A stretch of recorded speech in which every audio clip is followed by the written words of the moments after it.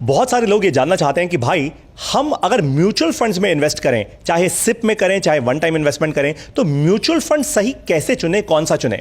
अब मैं इस वीडियो में किसी म्यूचुअल फंड का नाम नहीं लेने वाला, मैं आपको कोर फंडामेंटल बेसिक्स आपके स्ट्रांग कर दूंगा, ताकि आप अगर कभी म्यूचुअल फंड में पैसा लगाएं तो आपका नफा होना चाहिए, नुकसान नहीं, प्रॉफिट होना चाहिए। मैं आपको एक कमाल की बात बताऊं, मैं अपने म्यूचुअल फंड का पोर्टफोलियो खुद चलाता हूं, खुद, और पैसा भी बनाया है मैंने कोविड के समय में भी, और वैसे भी जब लोगों का पोर्टफोलियो डाउन जा रहा था, मेरा पोर्टफोलियो फिर भी पॉजिटिव में था। जब मार्केट क्रैश हुई उसके टाइम पे भी मेरा पोर्टफोलियो पॉजिटिव में था। ये मैंने कैसे किया समझाऊं आपको। सबसे पहली चीज जो आपको समझनी है उसको हम कहते हैं भाई म्यूचुअल फंड्स कहां पैसा लगाते हैं। वो स्टॉक मार्केट में ही पैसा लगाते हैं अल्टीमेटली, राइट। कोई भी जो स्टॉक होता है वो तीन प्रकार का होता है, लार्ज कैप, मिड कैप या स्मॉल कैप। कैप का मतलब कैपिटलाइजेशन, यानी मार्केट कैपिटलाइजेशन कितनी है किसी कंपनी की। लार्ज कैप मतलब ये बड़ी बड़ी कंपनियां होती हैं, राइट, जिनकी मैसिव मार्केट कैपिटलाइजेशन होती है। अब लार्जली आपको समझाने के लिए इतना बता सकता हूं, आप सोच सकते हैं कि भाई क्योंकि इतनी बड़ी कंपनी है तो एकदम से धड़म करके गिर तो जाएगी नहीं, है ना, स्टेबल कंपनी होगी, तो इसको लार्ज कैप कहते हैं। मिड कैप ये वॉलेटाइल स्टॉक्स होते हैं, यानी ये बहुत तेजी से ऊपर भी जा सकते हैं और नीचे भी आ सकते हैं। स्मॉल कैप वो होते हैं जिनकी स्मॉल कैपिटलाइजेशन है, यानी ये वो एमएसएमई एसएमई कंपनीज हैं जो तेजी से बढ़ सकती हैं, तेजी से गिर भी सकती हैं। बाय द वे, जरूरी नहीं है इनको अपने बिजनेस मॉडल की पूरी क्लैरिटी हो, हाँ, लेकिन पैसा बन सकता है, ये तो बात पक्की है। अब आप अगर खुद ही बड़े तेज हैं, बड़े स्मार्ट हैं, बड़े शातिर हैं, खुद ही अपना पैसा संभाल सकते हैं, तो भैया स्टॉक्स में खुद ही इन्वेस्ट कर लो। लेकिन अगर मेरे जैसे हैं जहां पे आपको दिल की तसल्ली चाहिए, आपको दिन रात एक कंप्यूटर स्क्रीन के सामने स्टॉक मार्केट में इन्वेस्ट नहीं करना, तो भाई ट्रेडर नहीं बनना। मैं ट्रेडर नहीं हूं, मैं तो लॉन्ग टर्म इन्वेस्टर हूं। तो समझ जाओ कि आपको large cap, mid cap, small cap में अपना पोर्टफोलियो डाइवर्सिफाई करना होता है। यानी पैसा अगर सेफ रखना है लार्जली तो लार्ज कैप में लगाइए, ज्यादा करीब 70-80% आप लार्ज कैप में लगा दीजिए, करीब 10-20% आप मिड कैप में लगा दीजिए, और बाकी का बचा पैसा आप स्मॉल कैप में लगा दीजिए। थोड़ा अग्रेसिव बनना है तो भाई स्मॉल कैप में ज्यादा लगा दो, है ना। लेकिन ये इतना आसान नहीं है भैया, मार्केट की कंडीशंस हमेशा बदलती रहती हैं, तो पैसा ऊंच नीच होता रहेगा, ध्यान रखिएगा। मैंने आपको पहला फैक्टर समझा दिया, अब दूसरा फैक्टर समझाता हूं, ये बहुत जरूरी है। इसको हम कहते हैं AUM, यानी एसेट अंडर मैनेजमेंट। भाई जिस भी आप म्यूचुअल फंड स्कीम में पैसा लगा रहे हैं, देखिए जरा उस कंपनी के पास एसेट अंडर मैनेजमेंट मतलब टोटल एसेट कितना है उसके पास। सिर्फ नाम पे मत लगाइए कि भाई हमने HDFC का नाम सुन लिया, हमने ICICI का नाम सुन लिया, इसका नाम सुन लिया, उसका नाम सुन लिया, पैसा लगा दिया। मैं ऐसा नहीं करता। इनफैक्ट मैंने कुछ ऐसे म्यूचुअल फंड्स में पैसा लगाया हुआ है जिनके एसेट अंडर मैनेजमेंट एक्चुअली कम है इन सारी बड़ी बड़ी कंपनी से, लेकिन वो अच्छा रिटर्न देते हैं। सोचिए जरा इस बात को। तो एसेट अंडर मैनेजमेंट समझना जरूरी है। कोई नया नया फंड मैनेजर आ जाए, कोई नया नया फंड की बात हो जाए, तुरंत के तुरंत भाग जाओ, ऐसा मत करना। बहुत सारे नए नए फंड धड़म करके गिरे भी हैं।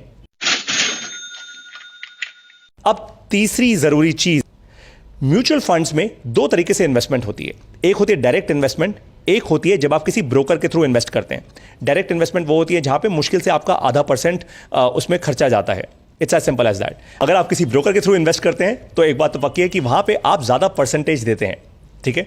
तो पैसा अगर बचाना है और खुद अगर आपको इन्वेस्ट करना है तो आप डायरेक्ट म्यूचुअल फंड्स के थ्रू इन्वेस्ट कीजिए रादर देन किसी ब्रोकर के थ्रू।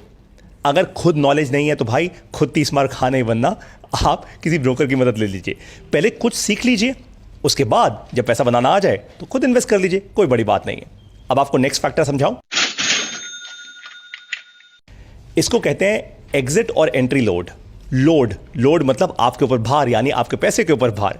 तो भाई एंट्री लोड क्या होता है, आजकल जनरली नहीं होता बहुत सारे म्यूचुअल फंड्स में, लेकिन एग्जिट लोड जरूर होता है। अगर आप 1 साल से पहले अपना पैसा निकालते हैं म्यूचुअल फंड से तो वहां पे टैक्सेस लगाए जाते हैं सरकार के द्वारा। 3 साल के अंदर निकालते हैं तो भी टैक्सेस लगाए जाते हैं। म्यूचुअल फंड्स जनरली 2 प्रकार में डिवाइडेड होते हैं। एक वो जो इक्विटी ड्रिवन फंड्स होते हैं, एक वो जहां आप टैक्स बचाने के लिए पैसा इन्वेस्ट करते हैं, राइट। आप बोल रहे होंगे भाई टैक्स तो LIC पॉलिसी से बचता है, म्यूचुअल फंड से भी बचता है, जहां पे अंडर 80C आप बेनिफिट्स ले सकते हैं। तो आपको ये बात समझनी होगी कि आप एक्चुअली पैसा कहां लगा रहे हैं। जो टैक्स बचाने वाले फंड्स होते हैं वहां पे 3 साल का लॉक इन पीरियड होता है। आप निकाल सकते हैं अपना पैसा, लेकिन उस पर एक एग्जिट लोड कटता है, ठीक है। तो ध्यान रखिएगा, ऐसा नहीं कि जो आपको अपनी ऐप में दिख रहा है भैया मेरा इतना पैसा बढ़ रहा है वो सच है। उसके बाद आपको टैक्स देना होगा सरकार को और बाकी का पैसा आपका होगा। Got this point. अब नेक्स्ट पॉइंट पर चलते हैं। आप किसी भी म्यूचुअल फंड में पैसा लगाने से पहले एक काम कीजिए, हम कहते हैं ना वो ADBC है ना, सो बस वैसे ही pre Covid post Covid. Pre Covid किसी भी म्यूचुअल फंड की परफॉर्मेंस क्या थी, पिछले 3 साल की, 1 साल की, 6 महीने की, वैसे 6 महीने is too short a time period, तो कम से कम 1 साल की तो परफॉर्मेंस देखिए, और पोस्ट कोविड कैसी रही, ये बहुत इंपॉर्टेंट होगा आपके लिए, क्योंकि वहीं से आप जान पाएंगे कि भाई वो म्यूचुअल फंड मैनेजर जो है वो कितना स्मार्ट है, कितना इंटेलिजेंट है, वो अपने पोर्टफोलियो को किस तरीके से डिज़ाइन करता है ताकि वो मार्केट में होती रही जो भी चेंजेस हो रहे हैं वो उसको अच्छे से कवर कर पाए। तो मैंने आपको आज बहुत सारे फैक्टर्स बता दिए हैं, अब आपका नुकसान तो नहीं होगा। बस एक बात का ध्यान रखिएगा, देखिए बहुत सारे लोग ना स्पेसिफिकली इंडस्ट्री ड्रिवन फंड्स में लगाते हैं पैसा, जैसे कि आपने IT में ही कोई एक ऐसा म्यूचुअल फंड आ गया जो केवल टेक्नोलॉजी में पैसा लगा रहा है, केवल मैन्युफैक्चरिंग में पैसा लगा रहा है, या केवल जैसे रियल एस्टेट में पैसा लगा रहा है।